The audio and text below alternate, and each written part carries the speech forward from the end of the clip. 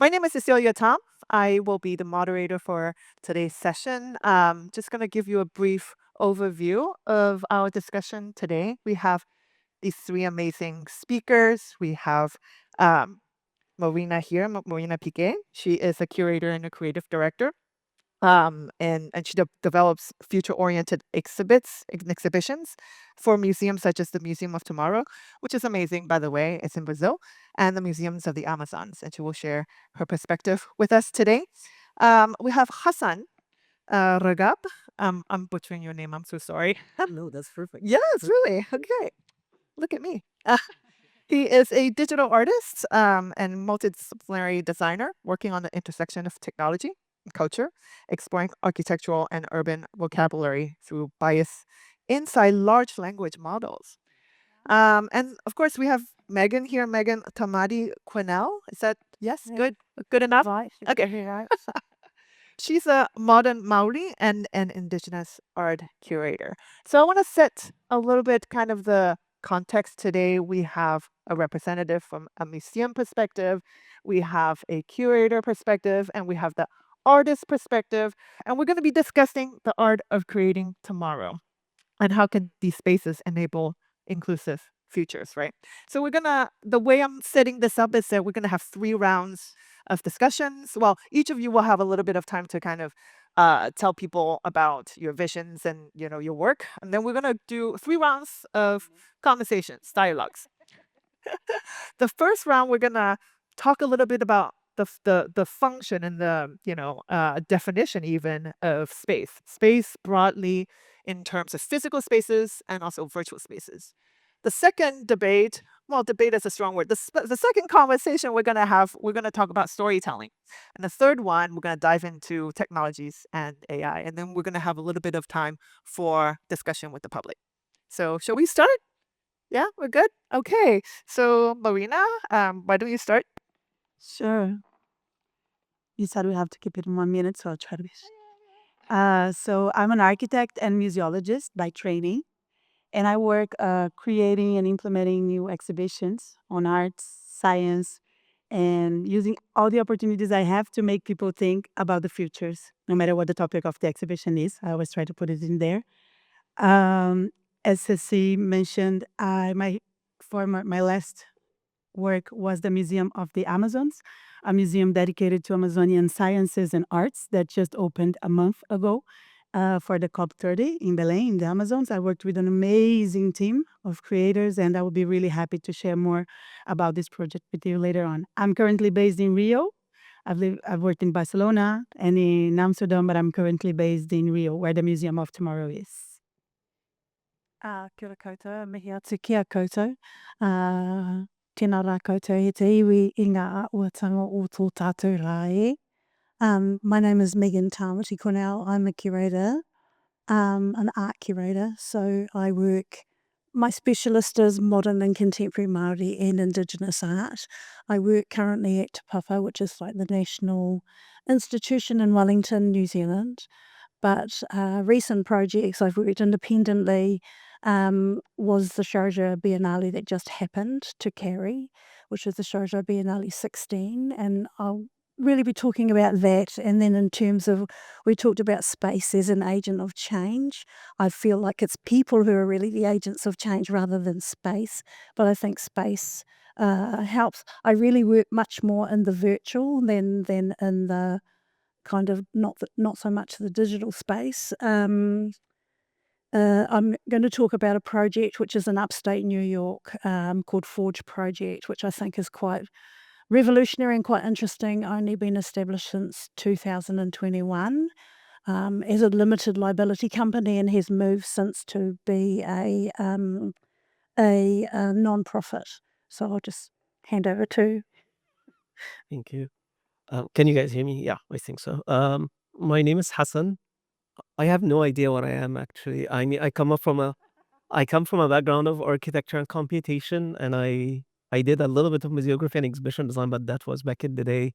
And I think a lot of people call me AI artist, which is something that I really hate. And I also don't know if I can describe myself as an artist, really. Um, yeah, I'm just like in a point of my life where I'm trying to explore what the hell am I doing with my life, I guess. Yeah. Well, thank you. Thank you, speakers. I'm going to start by giving you a little bit of kind of a framework here. So, as we're inside a museum, we know, and by the way, three of us are, formally trained as architects here, Hassan, Marina, and I. So we're very much ingrained into kind of the architectural aspect of space making. But cultural spaces are different, right? Cultural spaces tends to be more neutral, but as neutral as they try to be, it's never really neutral, right? So they become these containers, and these containers for us to, define values, help certain behaviors, and even start talking a certain storytelling that are ingrained within these spaces, right? Which we're going to talk about in round two. But before we even start, I want to just have a good definition of what is even a space here, because as we know, spaces today are being defined, beyond our physical limitations, right? Especially in your work, Hassan. So I'm curious, what are there any projects or practice in your in your everyday work that you can exemplify a little bit how spaces can, or your line of work is a change agent in your work in kind of creating or curating for the art that is being contained in these spaces. So it's very loaded, but I'm gonna open up for this discussion. Yeah, Mm. So, who wants to start? um, we use on our exhibitions a lot of digital devices or screens or projectors and things like this. But we always try to remember what made someone leave their house, take a bus, take a train, take a plane, and go to a physical space to be together. If they're watching a small video on a small screen, or if they're playing a game by themselves, they could be doing it at home. They didn't have to be gathering in this one communal space that the museum represents. So what we try to create is these spaces for where you can have an embodied experience where all the aspects of the atmosphere are trying to help convey a message. So we use smells, lighting, size, textures. In the Amazonian Museum, for example, all the painting on the walls, they're not industrial paintings. They were made from the soil from different parts of the Amazon. So each one has a different color. So we have to take advantage of this physical devices. And then uh, another thing that we were talking yesterday is that on these more neutral spaces, people really are looking for interaction, but not only digital interaction and interaction with each other. Mainly, they're trying to build collective experiences and to laugh together and to even talk together if possible. So we are trying to in this collective social experience people where they're not only hands-on touching things, but their minds on, hearts on, and getting out of state of being just passive and really being there, connected where they are and with each other. I love that you gave two really concrete examples because you're tapping into interactions with other people, and perhaps if you're in the Museum of Mamazan, I can imagine other not beyond human experiences as well. And since we're on this floor on level three, I mean, I don't know if you've had a time to walk through, but it's very sensorial. And museums, until now, has always been very sterile. It's whitewashed, control lighting. And so opening up to this, multi-sensorial experiences in understanding the stories behind are super powerful, right? And I can also imagine that you two have examples and projects that kind of exemplify that. I suppose for me as a curator, really you curate not only conceptually but also spatially. And so you're working with other people's work and how it's best served within a kind of space. So I work to and for artists, I suppose. And so I'm always looking at how you reimagine a space to support the work that's kind of going to be included within it. The project that I was really going to talk about, well, there's two projects, was Forge Project, which is in upstate New York. It's on unceded Mohi Kunak lands. It was established, like I said, in 2021, and then moved to be a non-profit in 2024. It's directed by a woman called Candice Hopkinson, who's Kākrosh and Tagish First Nations. And it's in a site which is, I don't have any images, unfortunately. It was built as a communal kind of gathering space rather than a white cube. And it's really about supporting Indigenous artists, and there's a collection, but there's also partnerships. And it's really about land-based learning linked with art and ecology and sustainability. And for me, it's a very interesting kind of case study, and one of the best that I've seen in terms of doing things in quite a different way. Its mandate is to cultivate and advance Indigenous leadership in arts and culture, and their mandate is honouring Indigenous past and building native futures. So it's run by Candice, but there's also like an Indigenous steering council. So in terms of, power sharing and working across. And then the other one, of course, I was going to talk as a case study, was the Sharjah Biennale that I worked on with four other curators. And really, it operated across multiple sites. So there was not one site. It kind of decentered um,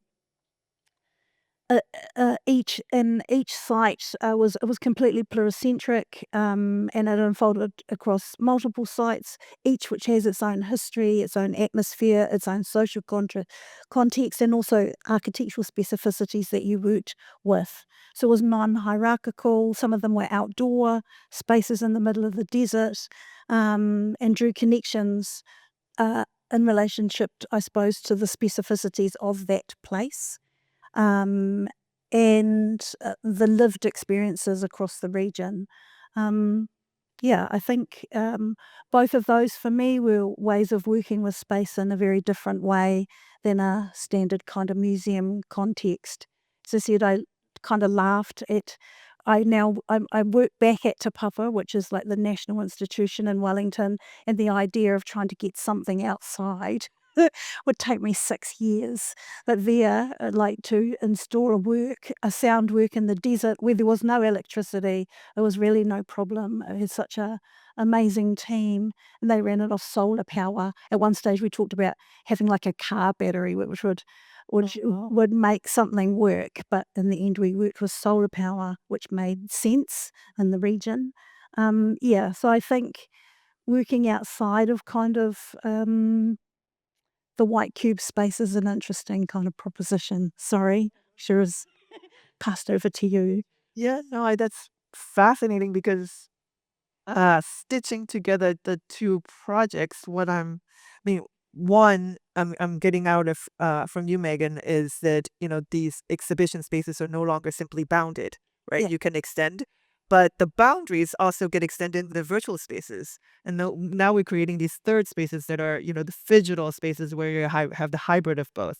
So that's one thing I'm getting, and but the two of you also have a commonality in that you're using space almost as a space for empathizing, right? And which is I would love we have already talked about this, but you have these amazing projects that I would love if you can share with the public Yeah. how this. Well, I don't know if I can call them projects. Like my work right now, it comes from a big disappointment in architecture and the built environment.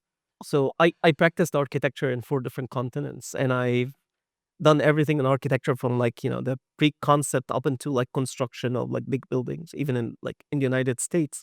And I think I came to a point where I felt like I cannot design anything right now, and I need like a moment to reflect on myself and what I perceive as like, a good space and what architecture and the built environment really means, which it made it really easy for me to retreat to only the visual aspect and exploring the visual aspect, and I think it gave me a platform to criticize the built environment at large.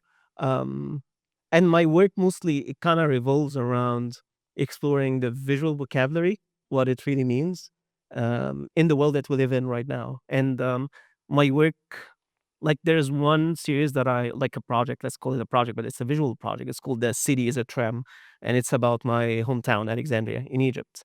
And it kind of trying to visualize, or like maybe it's like a nostalgic way to look at Alexandria from the look of like AI models, Uh-huh. and not to try to find truth in that, but like try to find a human reflection on what the city really means in such domain and how this reflection can come back to me.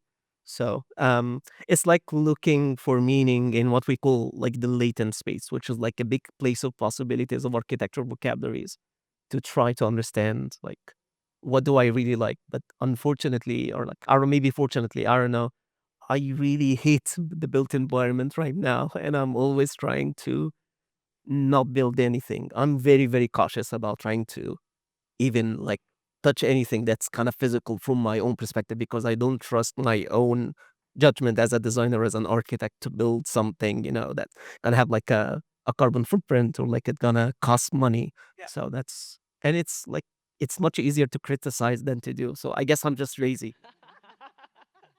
But coming back, yes, yes. I would like to compliment because I think many people are feeling that way, right? I think that's not only you. And on an exhibition we opened last year at the Museum of Tomorrow about dreams, we had a very fancy technological room with an AI powered device that, very fancy. And then in the next room, we had a guided meditation room with a very powerful script by a neuroscientist, and it was about empathy and about making people connect and engage with the moment. And when visitors, but it was very simple room, it was hammocks and this beautiful sound and a nice smell, and then when visitor surveys came out, this was the room the visitors liked the most, way more than the other room that we put so much money and effort on. So for us, it was really insightful on what people are looking for when they go to these spaces and what they're already avoiding or maybe feeling like a bit too much when in these leisure moments, right?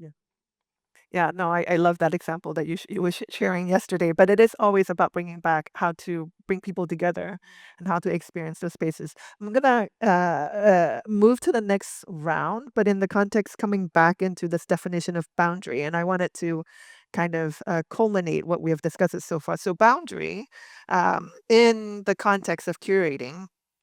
We've talked about spaces. We've also talked about, empathy and perspectives.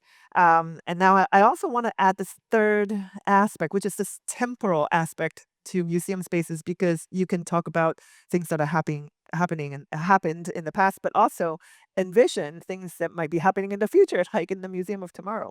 So in that context, it's a lot about storytelling. It's a lot about how do you feed the context inside the space that we are sharing with the public of how we're going to tell those stories. So we're going to transition into round two. And before we start, I mean, we defined a little bit what the space is. And yesterday, as we were talking, you brought up this really interesting point about the word curate. So I'm going to let you let you go with the definition of curate, because I was not aware of that. And yeah, go. Okay. The I was mentioning to you that in the beginning I felt a bit uncomfortable with the word curator or with the curatorial because it sounded really one way, authoritative, single-minded, top-down thing, and I couldn't relate to that. And I read that it came from the Latin curatoria, which is to care for something, to pay attention to it, to care for it to flourish, then it made a lot more sense in my mind. And in the past 6 years, I've been only working with curatorial committees, a lot of mediation. We were talking about it. It's like many different perspectives. But I think that for us, what worked was that we were not thinking about arrived a consensus or agreeing, was that creating this vision umbrella where we could all disagree respectfully under the same vision. So I've been trying my curatorial practice to create this type of spaces where it's more about nourishing than about Yeah. Yeah, yeah. Because when telling what I to hear the word curate, I'm hearing gatekeeper, right? And much of the storytelling, huh? Which is not right, actually. Apart from, I was told, I mean, to curate is to care for. And so often it comes from a very old fashioned kind of context where you looked after a collection. So you were the keeper of that collection or the caretaker of that collection. So, in a European British probably context, in a Maori context, you'd be called the kaitiaki or the guardian of that collection. So you're therefore responsible. There's a responsibility that comes with it. And I was always told as a curator, you're the director of the movie or the author of the book. So therefore, there is some authority there, but it's not in a top-down kind of way. And as I said, I'm a curator who works to and for artists, and so I really like to work with people rather than on people. And if you know an artist's practice enough, then you recognise the strengths of their practice and you work with them to curate the project that then is manifest into the world. So I feel like it's an important conduit. Yeah. I still feel like exhibition making is probably one of the key activities of a curator, and it's still the conduit, the main conduit for expressing both the intellectual and aesthetic and every other way of art. So I feel like you are facilitating or supporting that development. You listen about art tour, Pardon? Yeah. I'm very often in Dubai. And then also, curator of the work, they also take care of the galleries. A curator or a gallery or an art tour. Yeah. That's the open. Very The connotations. Yeah. But I mean, I love that we're redefining it from the perspective of the gatekeeper into this caretaker role. Yeah.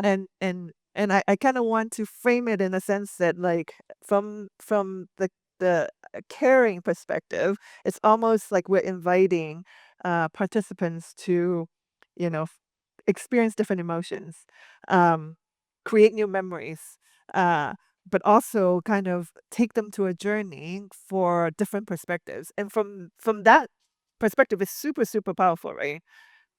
So I think for myself as a curator of modern and contemporary Māori and Indigenous art, for me it's about bringing those histories and ideas forward and ensuring that, writing the art histories that don't actually exist, or ensuring that they're recognized or established. Or so you have a job to do, you have a responsibility, but you have a job to do. And for me it's a joy, and a delight to work to and for people. I believe it's a service industry that you serve a whole lot of people, whether that's communities or artists or audiences. Or so that thing about being a gatekeeper or authority in that way is, for me, non-existent. Yeah. Yeah. What's your stand on this, Hassan? Yeah, as an artist. Um, I don't know. I mean, as part, I think like because I'm an architect and as a designer, and I always feel like I don't have a good point of view to tell what to design and what to need. And I think this is because coming from like a computational line perspective, I believe in complexity, which means like I don't believe myself as I should be in control of an experience, or like I shouldn't be in a control of a story. I'm a terrible storyteller. I hardly doubt that, but maybe it's no. Maybe my artwork is better. Like maybe I do better work visually than just like talking, but I don't try to pursue telling the story or telling people what is a certain narrative, because telling a story means like you are trying to dictate a certain perspective, right? But life has like multiple perspectives, and I don't believe in one truth. Um, so for me, like even like in my work, I always try to explore different angles. I don't have like a protagonist or an antagonist in the work that I do. And I'm always like, and this is probably why I love like using like, AI, because the perspectives could be so much different and there's no truth. And I don't like to look for a truth. I like to bring in different perspectives together. And it actually makes me think a lot about like what build spaces should like. And in that sense, I feel like sometimes maybe architecture and design, they fail because they always come from the point of view of an architect or a designer. Yeah, think And like, I don't know, I feel like ants or like maybe like, but that's a little extreme. But like, if you look at the structure, like a natural structures, they are like emerging. Like, so, there's certain like type of emergence that for me, it's like really beautiful. And looking at like the modern cities and like trying to explore a different perspective without like a single narrative, you see like this area of emergence. And for me, that's like actually maybe like how to unlock a new visual vocabulary through different perspectives, no truth, just opinions and collective No truth. experiences. Yeah. Okay, I love that. Well, it's really interesting for me from all of your perspectives that, when we're talking about storytelling and whether it's visual storytelling or spatial storytelling, um, when we when we look into kind of the inclusive future in art and in spaces, um, what do you guys think about? I have this problem of, um, I'm not white. I don't know if you guys can tell that. I'm not white. Okay, so sometimes, if I'm an artist and I'm trying to, participate, I often find that there's a little bit of like a culture washing. Like, are you allowing me to present myself, or are you voicing for me? Is it, allowing me to speak, or you just presenting for me? So there's a difference. And I feel like a lot of museum, I'm gonna be a little bit spicy here, but like a lot of museums are culture washing a little bit. Just because you put it on the wall doesn't mean that you're actually representative of what the voices wanted to say. Um, Ooh. opening that up. I think I can only share some examples. I think this complexity that you were talking about, it's really hard to come from a single mind. Yeah. So when museums realize that they get better, they do better stuff if they're working collectively with diversity within. It's not easy. You lose a bit of uh, velocity. Things become a bit slower because you have different languages being spoken. And even in opposing views. Views, yeah. And in the Museum of the Amazon, we are developing over there methodology for the past years that we started developing, doing an exhibition in Barcelona on the future of food systems. Such a complex topic, and then we could only do it by having a curatorial committee with a farmer, an activist, a politician, a scientist, and we were talking together. And in the Museum of the Amazon, it's the same thing. We created a curatorial committee with an indigenous anthropologist, Franci, an archaeologist, and a biologist, ecologist, 3 women scientists living and researching the Amazon, so they could bring in first person their experiences and their points of view to the table. And from there, we started building something together. So I think that when museums see that when people that are act really doing it are creating amazing things, I think they will embrace the challenge of not only writing on the walls. Exactly, but you're also tapping into not only voices from the creator's perspective, but also from the curator's perspective coming together, which I think is phenomenal, right? Yeah. Yeah. We're having a good time. I suppose for me, I suppose I do work in that decolonial space, and so I often think about it moving beyond kind of representation into kind of power sharing Yeah. and working with and for and to, rather than, being the authoritative voice, and then ensuring that like Indigenous epistemologies are seen as valid knowledge systems, or working with ideas of reciprocity rather than extraction, I think is really important. Um, and I was going to talk about the Sharjah Biennale as an example. There was 5 curators. We came from different parts of the globe, completely polyphonic, all women of colour. And so really it was an experimentation in plural authorship, and what was possible with those 5 curators from different geographies and different curatorial practices and methodologies and all of those things. So we were talking this morning, it was a deliberate kind of commitment to discomfort and to ideas of negotiation rather than conflict. And rather than a single voice, it was kind of a constellation of positions that people held. Um, and the project was driven rather than a single kind of idea or provocation, was driven by a number of questions, and the key one was that we all felt it came after we started doing our project, individual projects. What does it entail to carry our home, ancestors and political formations with you? So it ended up being about to carry. So what it kind of created was a field, and I like your word complexity, because complexity is everywhere and is important, and there's no single truth, I agree.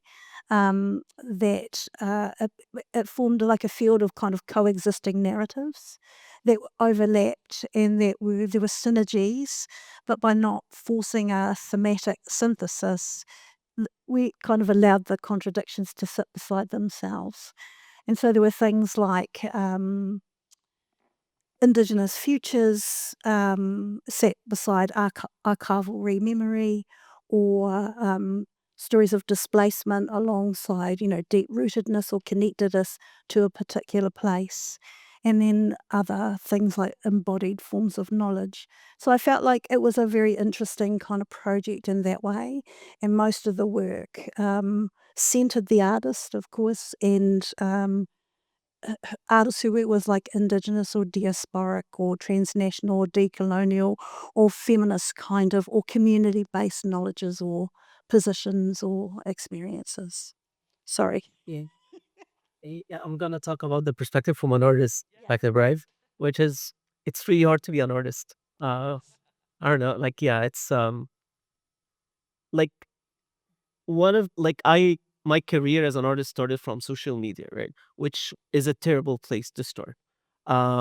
It's awful, and it's in terms of like as an artist, you wanna always have like the freedom to express yourself. In the art world, that's not really the case, or like it is being like has a propaganda of like, yeah, art is free, but that's not true.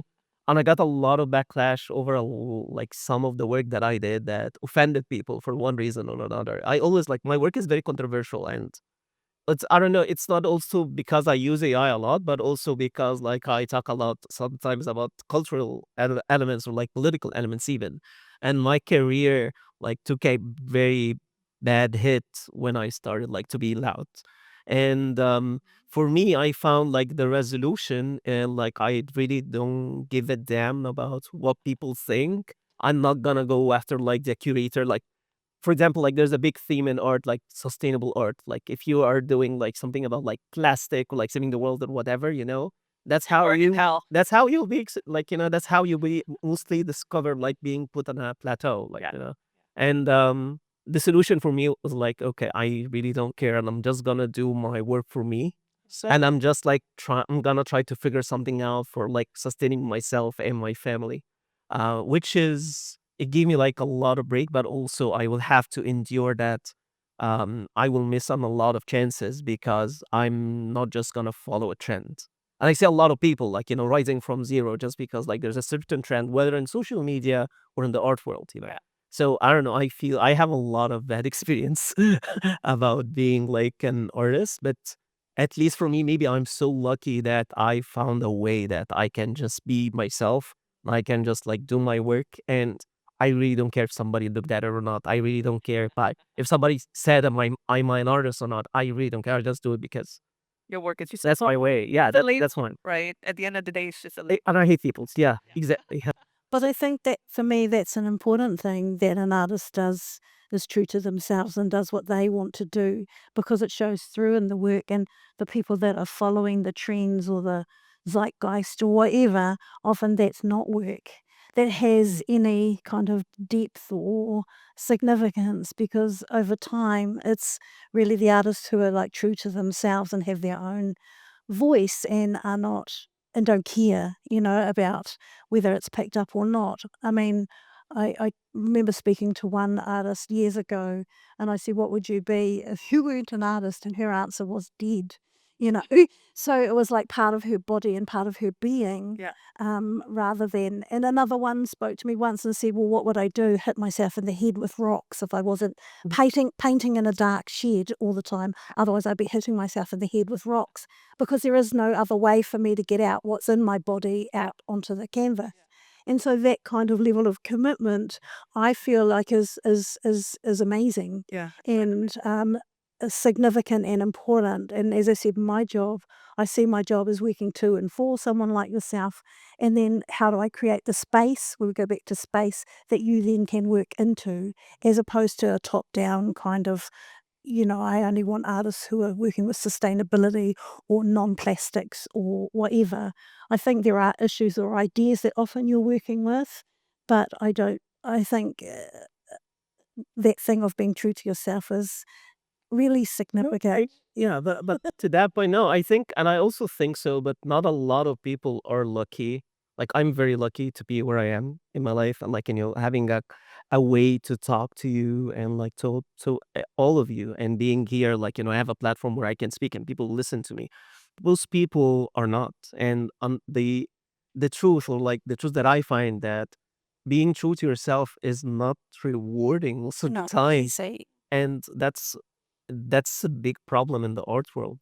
Like, and yeah, I mean, I'm maybe like, I don't want to sound like I'm complaining. I like to complain all the time, but no, I'm the lucky one here. A lot of other people are suffering, and I think the art world, from the way that I see it, at least as an artist, like looking at what's happening in the museums, what's happening in the social media, what's happening in the world, like the art world is declining because of the same reasons that artists are finding very hard to be truthful to themselves. Yeah. No, that's fascinating. We don't have time for this question that I want to ask, but I'm just going to throw it out there. But I mean, I feel like we're talking about the change and tomorrow and all that stuff, and even the definition of art. The very definition of art itself is being questioned right now, right? And I recently read a book by Brian Eno. We haven't talked about this. I'm gonna throw that. I recently read a book by Brian Eno, and the front cover is "What is art? How do you define art?" Right? And my conclusion and insight coming out of that is, art is being produced if it could induce an emotion, and that could be reflected and understood by someone else. And I thought that was a really interesting definition of how art should be. It's not, material. It's not, even an experience. It is, sorry, it's not even a product, but it is something that is an experience that can transfer emotion. So with that, we're going to go to round three. With that in mind of what is art, we're going to go into round three, which is technology and AI, right? So I'm setting this up because, as we all know, ChatGPT, OpenAI, Sora, Midjourney, I could go on and on with this list. They're making art, quote unquote, Unquote. or could be interpreted as art. So in this age of AI, and as we are redefining what art is. How has this impacted? Is AI good? Is AI bad? I don't think we have enough time. 10 minutes to cover What this. time do Is it good? Is it bad? How examples that you have seen, stories that you have heard? What are your So, very interesting topic. AI is a tool, but it's not neutral as a hammer, right? It's a tool that was made by humans and their biases and their points of views, and they bring all that when you use it. So they tend to maintain the status quo, things as they are. But many other things have been doing this as well. So I was born in Brazil. So when I was in school, as a kid, I learned that we are not developed, we're under development or undeveloped. So it made us all think that we were on a straight line trying to get to development, whatever that was, and we were just late to get there. It's just wisdom. And this concept prevented us from imagining powerful, different futures. So AI was not there, but it was already something imagining our future for us. And it was this concept of development. So I think in the broad sense, that's the thing, that we should reclaim the power to imagine our own futures and don't give it to a tool or to a concept or to something external to us. And maybe specifically about museums as a tool, I think it provides amazing opportunity to personalize content real time, because that model of one text on the wall fits all, it's just, you waste so much communication opportunity to engage audiences, that kids and experts, and if you're in a different mood or if you don't have enough time or what your specific interests are. So instead of just having the same text for everyone, we can have interactive audio guides, we can have applications in each exhibitions, or we can have devices that take into account who you are to generate content that's suitable and for you and for the moment that you are. So I think that we have to be aware of the tool, a powerful tool, but we can use it yeah, in our own practice in a very good way, I think. yeah. I have to agree it's a tool. As I said, I'm not a big AI person.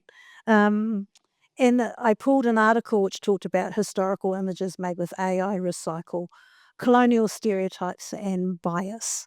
And it was really based on a New Zealand writer wrote it, a guy called Ollie Hellman, and talked about how when prompted to visualise Aotearoa New Zealand's past, Sora privileges the European settler viewpoint pre-colonial landscapes rendered as empty wilderness. Captain Cook appears as the calm civiliser, and Māori are cast as timeless but peripheral figures. So the idea of perpetuate, if people pull on that to create images that perpetuate kind of stereotypes and biases that already exist, I don't think that's helpful. I think as a tool, and like you say, in terms of interpretation, or it's like an add-on for me. I mean, if I ever use it, I use it to kind of speed up a process if I have to write a grant. Yeah. Or things like that, because I don't want to have to, do the budget spreadsheet myself. I can get AI to do that kind of thing. You still feed it the information. I suppose I'm very old-fashioned even in terms of exhibition design. I don't want to interfere with for me, I think that's why the white cube was there, so you just experience the work. Yeah. I don't want to overawe the work. I don't want to do things that the artist is uncomfortable with. I'm not interested in kind of dressing something up. And so I feel like even with AI, I like to keep everything very simple. But the underlying here is that we need to learn about AI, we need to understand AI, and then we need to have a little bit of attention and critical kind of understanding of how this is applied, which kind of leads to your work because you understand obviously AI and you're leveraging the disadvantages to your good, right? I don't think anybody understands AI. Oh, to a certain level, right? Yeah, I mean, To a certain the way that I work with like these tools is like I work with them as people with opinions. In terms of thing. yeah, it's just like when I like my work is like so it's trying to find like I find the AI tools are great in reflecting on society and the people. So like when you were talking about how AI like is actually like recreating colonial stereotypes, Yeah. my work actually like my main work like my interest with AI stemmed from that point. It's just like the appropriation, and I wanted to like to try to define it and to overcome the bias. But the more that I worked with it, the more that I liked how it appropriates and how it like replicates the stereotypes. Because I actually realized that there are a lot of truth from these kind of appropriations. And bias is something that we should really contemplate and like learn a lot from. And again, like I'm lucky because I'm Egyptian, so like, and the Egyptian identity is something that has been forged by colonism Yes. in so many ways that to define what an Egyptian identity means, it's almost impossible. Even like by Egyptians, by everyone. I'm coming to this conclusion. It's like it's impossible to define what an Egyptian really means except for being very, very being specific and contextual at the moment. Like I can tell by a person that they are Egyptian if I just went to talk to them. So it won't be about like their heritage or like their knowledge of the history, not at all. And in that sense, when you use AI, it has an opinion that has been formulated by a group of people, right? Like most people, when we talk about Egypt, they will realize, yeah, you're from Egypt. Then they will think about the pyramids. That's the first thing that will come to their mind, right? And at the beginning, I thought like this is really insulting. Or like it's putting me into a box. But the more that I thought about it, I felt like, no, this is right. Like if I talk to a French person, the first thing I'll think about is like the Eiffel Towers, right? So this bias is actually a great way for us to understand the bigger context. And and in that sense, when you use AI to replicate these stereotypes, it's a great way to try to understand how we think or how we understand what the society really means. Um, Most of the things that I see with AI, a lot of the work, even that I do with AI, I really hate. Like, there's a portion of like using AI that can be like an AI slob. It can be lazy work and have a lot of like inappropriations. But there is a beauty when you start to let go of like trying to find an answer and using AI as a tool, but like think about it as like a person, because people has biases, people has they make mistakes, and AI is just like a way for us to recreate how people really think. Yeah. So it's just like a collective of people, like a collective of like simple, like similar to like my 5-year-old, just like my multiply to like by 1 million, and they try to have like conversations, like, you know, and ideas and opinions about each other. And there's a lot of truth in that. Like my son, like he's really good at telling truth, even like he will be so biased. But That's you know what? I realized something though. My chair is making odd noises. It's not me, I promise. But something I find really, really interesting is, as you know, we're all very accustomed to using AI these days, whether it's, you know, using ChatGPT for text or whether it is imaging. ChatGPT, for example, is very convincing. And it writes perfectly in these perfect sentences, and it's That's right. seemingly that they know what they're doing and they don't. And every time I use it, I am reminded how imperfect I am. And that is okay. And that is actually the beauty. Like human and humanity is not perfect. It's messy. There's a beauty in this messiness, and I think that is something we need to celebrate in the eyes of this, you know, this new technological frontier of the AI. I want to give some time to the audience for questions, as we have about 10 to 15 minutes left. So, does anybody have questions? Yes, we have one, two. The gentleman here? Yes. Oh, I'll say that. One, two, three. Yeah, it works. Yeah. I would say that you guys told about, you know more about art and it's a tool, but I'd say it's a two-way tool. So the biggest things in this world as have always been done with the help of the mind. So the human brain is very strong, which gives you an imagination to think, and then that you can utilize as a tool to something type over on the screen and you find it. And it's automation. But the main creator of the art is always going to be a brain. If you say, Or a hand. I disappear. Yeah. Yeah. Einstein, or you can see we have Burj Khalifa in Dubai. So it was some creation by some of the highness or excellency or whoever. So that was a creation done for the whole world. So the whole people syllabus in the school, they are writing of the longest tower in the world like this. So that came from the mind, not from the AI. So AI cannot be just creator. It is a tool where you can optimize and automate yourself for different variables which you can't do by hand to save it, or to get precisely a different modes of color or something. So at the days of Picasso, there were no such thing. So it was done by hand. And till today, there is a value for that. Hassan, you have an answer. So Oh, you want to address this? your human brain is a subconscious mind has a 60,000 thoughts in a day. So that is the more creator of this art, Mm-hmm. you know. I yeah, I don't know. I mean that's an opinion, right? So that's not a question. And my opinion, You know. Anyway, the point is, the brain is also a tool for AI. AI is a tool for the brain. You know, when you imagine something, you use the tool. If you don't have imagination, you cannot use the tool. So, before you answer, so I want to give an example. There's this movie. I don't remember the movie name. I think it's I, Robot with Will Smith. Is that right? And then he was having a conversation with the robot, and Will Smith said, Over. "Can you?" He was questioning the capacity of AI, and then he threw out this question, and he said, "Well, can you make a masterpiece in an orchestra?"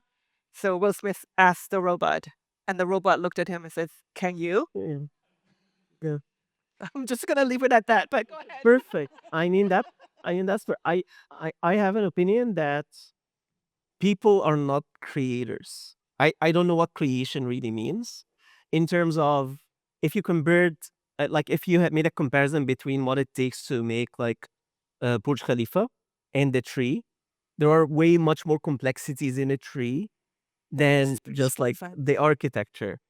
Trees or like nature are like coming from emergence.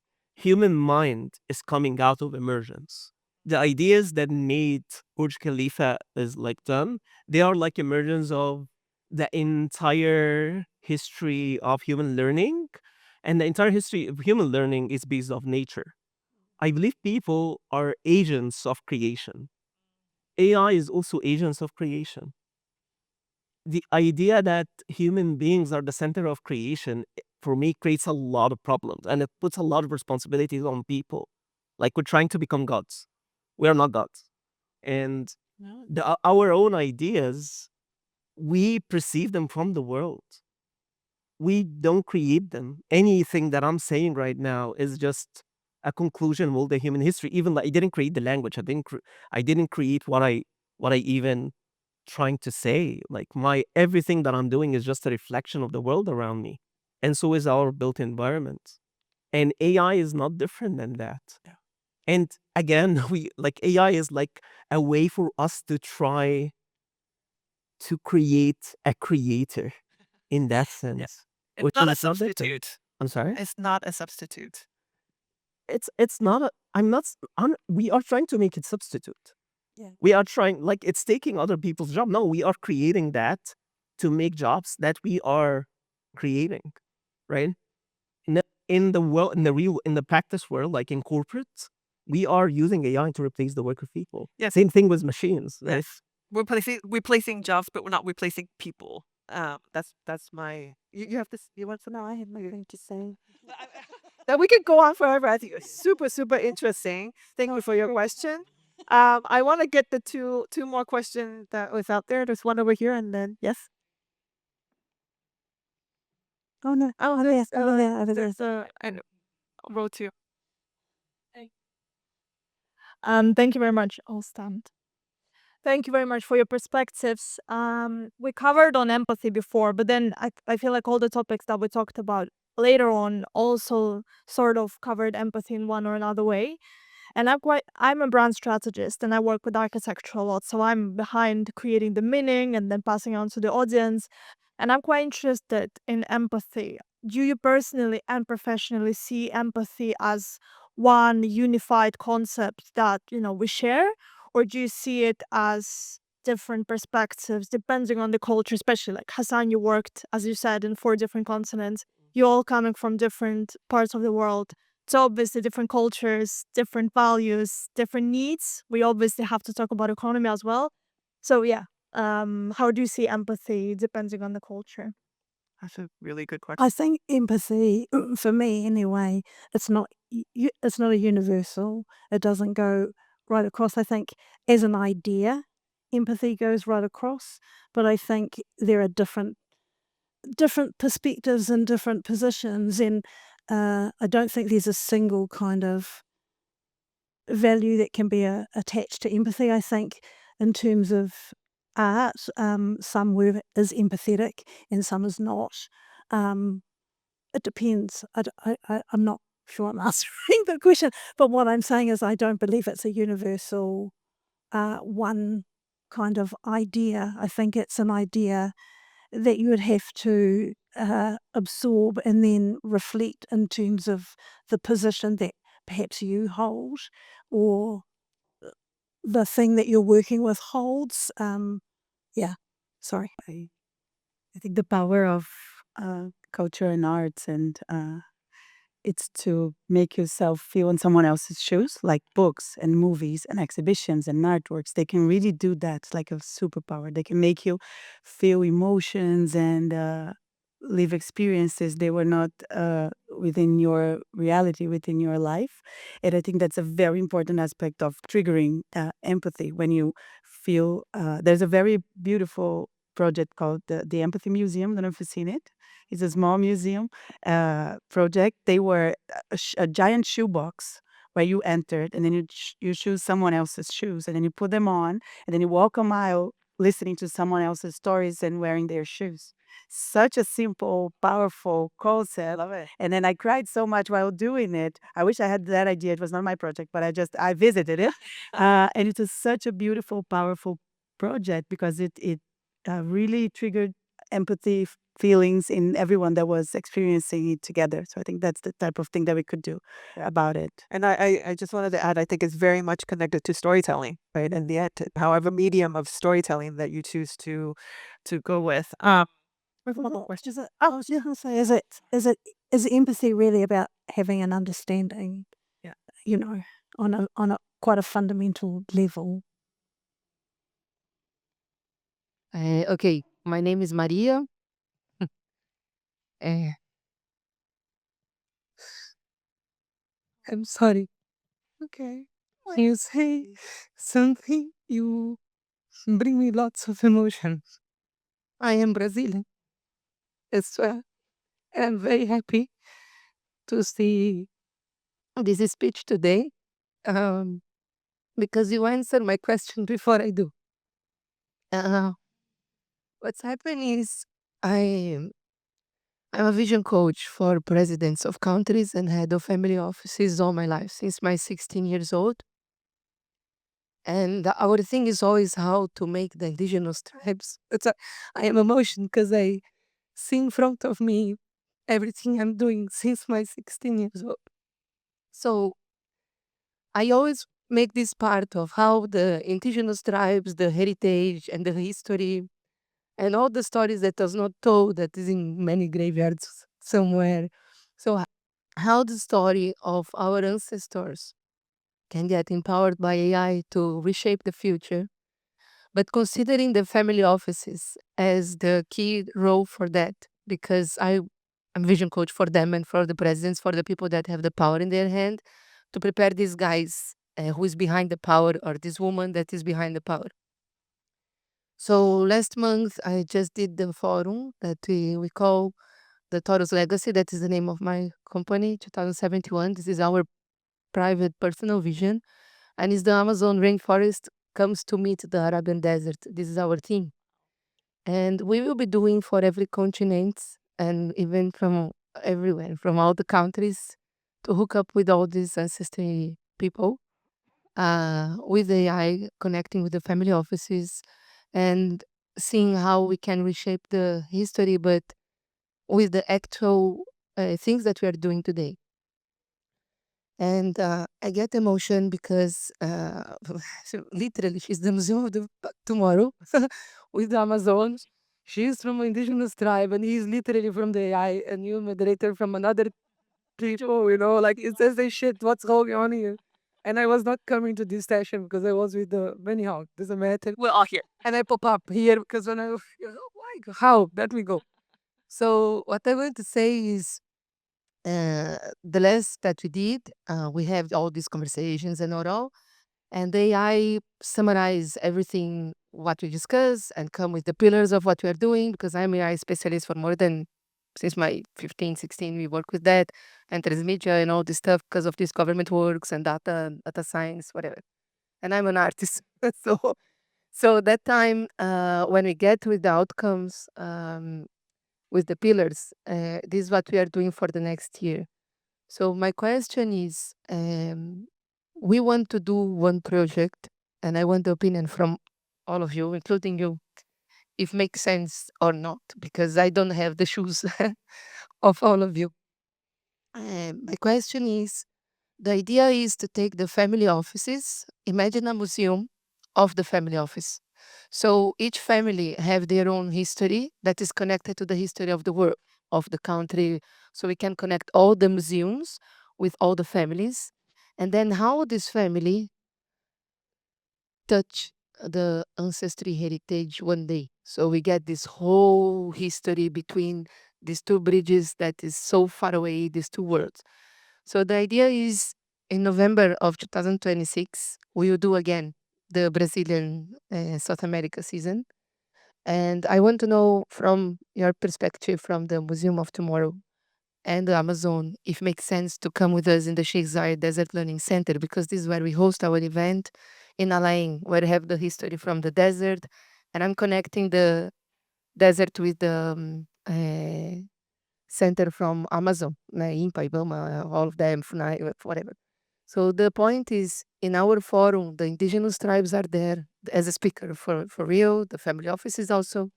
So the idea is, if makes sense to cooperate like that, because for me, 100%, I'm more than happy to do it. And you also, we have in many continents how we can do same, but in your universe and same from him. because in the end of the story, it's all about we call invisible economy of love. So yes, we are talking about business, family office, and all this stuff, but in the end, what they really love, what they really do, and how we can bring this to life into the emotion, to the experiences. Yeah.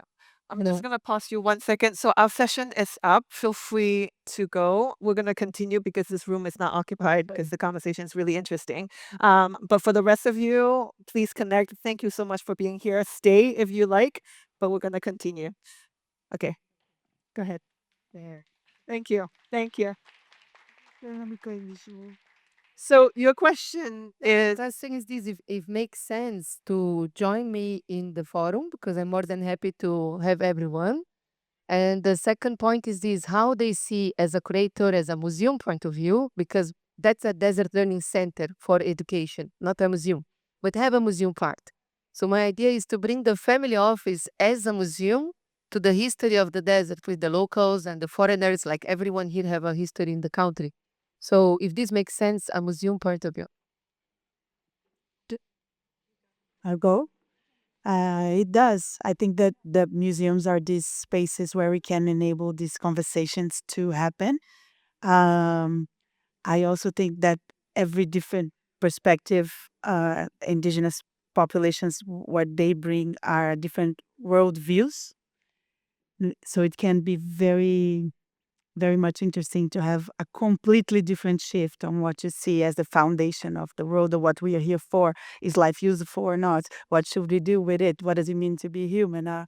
Is a plant your sister or relative? It's like, it's so, they open vast doors that we couldn't anticipate without the presence of these people on the table. So I really encourage you to keep doing that. And yeah, let's talk about this more later on. can I give you an example of one of my work?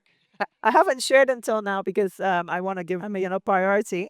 But one of the work that we have done with the EU Commission on this topic of youth transition into adulthood, into the future. So what we did was we used AI and we created personas, young people from the future, and we put it into a device. And so the policy makers can actually speak to the youth from the future and have a conversation with them.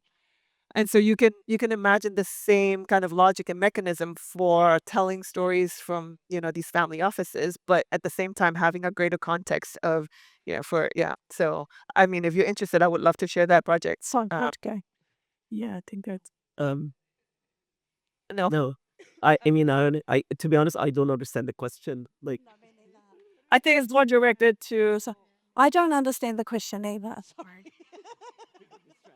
I was like, I don't know what she's asking.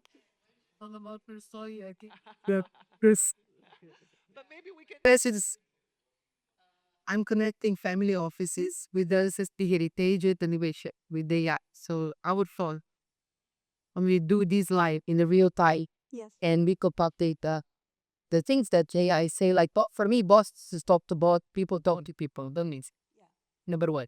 So in the photo, we put this area that you have a history of a family, but they don't know their footprint. You know what they practice in the indigenous tribe. Are they ready to face it? Yeah, it's a lot. It's a lot. It can be a lot. You know, the history is not easy. The history of colonization is not easy. And I mean, you talk about people like Franz Fanon who said, it was like a program of complete disorder as decolonization and not in a friendly way. So it's not an easy, if you want to unpack histories, because they are histories, and the trauma that's been visited on people through that process, and it's still occurring. So people talk about post-colonial. Well, it's like, well, it's ongoing, that colonial process. I mean, they talk about in New Zealand being colonized over and over and over and over again. That's right there. The for example, from Einstein, he talk about other where he make a letter to his daughter. And he say the time is relative. Because yesterday I find out what the loves mean and you help me define meditation with the love. So now I know what it is and I need to say that I love it. So it is when you have this conscience there, doesn't matter what was the history. No. Yeah, I would do it. Yeah, absolutely. I agree.